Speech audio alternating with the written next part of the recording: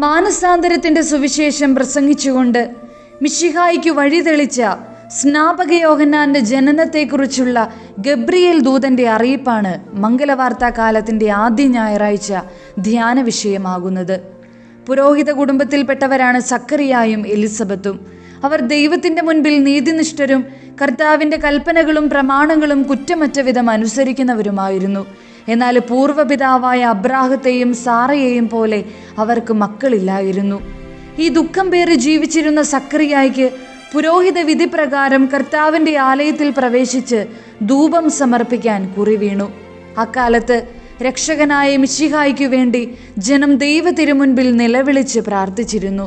സക്കറിയായിലൂടെ ഒരു പുരോഹിതന്റെ ധർമ്മം ഇവിടെ വെളിപ്പെടുകയാണ്. ഒന്നാമതായി, എന്താണ് ഒരു പുരോഹിതന്റെ കടമ?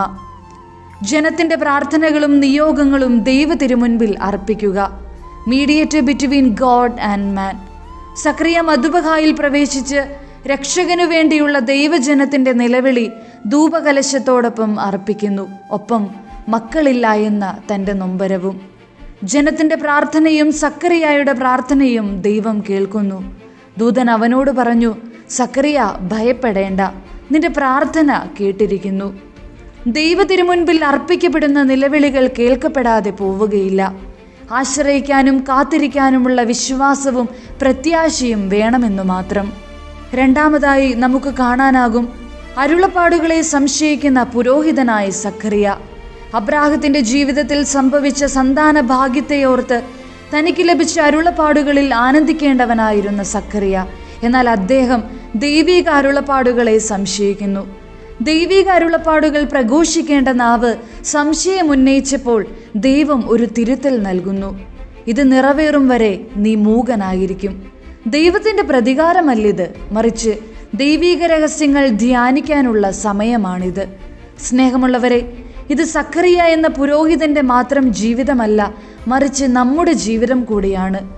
രണ്ടു തരം പൗരോഹിത്യമാണുള്ളത്: ശുശ്രൂഷ പൗരോഹിത്യവും പൊതു പൗരോഹിത്യവും. സക്കറിയ ശുശ്രൂഷ പൗരോഹിത്യം സ്വീകരിച്ചയാളാണ്, അതുപോലെ എല്ലാ പുരോഹിതരും.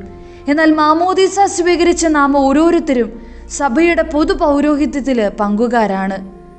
അതായത് സക്കറിയായെ പോലെ ദൈവ തിരുമുൻപിൽ മധ്യവർത്തികളാകേണ്ടവർ. ലോകത്തിന്റെ ദൈവജനത്തിന്റെ നിലവിളിയും കണ്ണീരുമായി അൾത്താരയ്ക്ക് മുൻപിൽ മുട്ടുകുത്തേണ്ടവർ. അയൽക്കാരന്റെ നൊമ്പരങ്ങളെ കണ്ടറിയാനും കുടുംബത്തിൻ്റെയും സമൂഹത്തിൻ്റെയും ആവശ്യങ്ങൾ അർപ്പിക്കുവാനും വിളി ലഭിച്ചവരാണ്. സഭയുടെ പൊതു പൗരോഹിത്യത്തിൽ പങ്കുചേരേണ്ടവരാണ് നാം ഓരോരുത്തരും. അപരൻ്റെ കണ്ണീർ എൻ്റെ നിലവിളിയാവണം, അവൻ്റെ നൊമ്പരം എൻ്റെ നൊമ്പരമാവണം. ഒപ്പം ദൈവിക അരുളപ്പാടുകളെ വിശ്വസിക്കണം, സംശയിക്കരുത്. സക്കറിയായെപ്പോലെ നീയും മൂകനായി തീർന്നേക്കാം. നിന്റെ രോഗത്തിലൂടെ, പഠന ജോലി ഭാരത്തിലൂടെ, ഒറ്റപ്പെടലിലൂടെയൊക്കെ. പക്ഷെ ഓർക്കുക, ഇത് ദൈവത്തിൻ്റെ ശിക്ഷയല്ല, മറിച്ച് ദൈവിക രഹസ്യങ്ങളെ മനനം ചെയ്യാനുള്ള സമയമാണ്.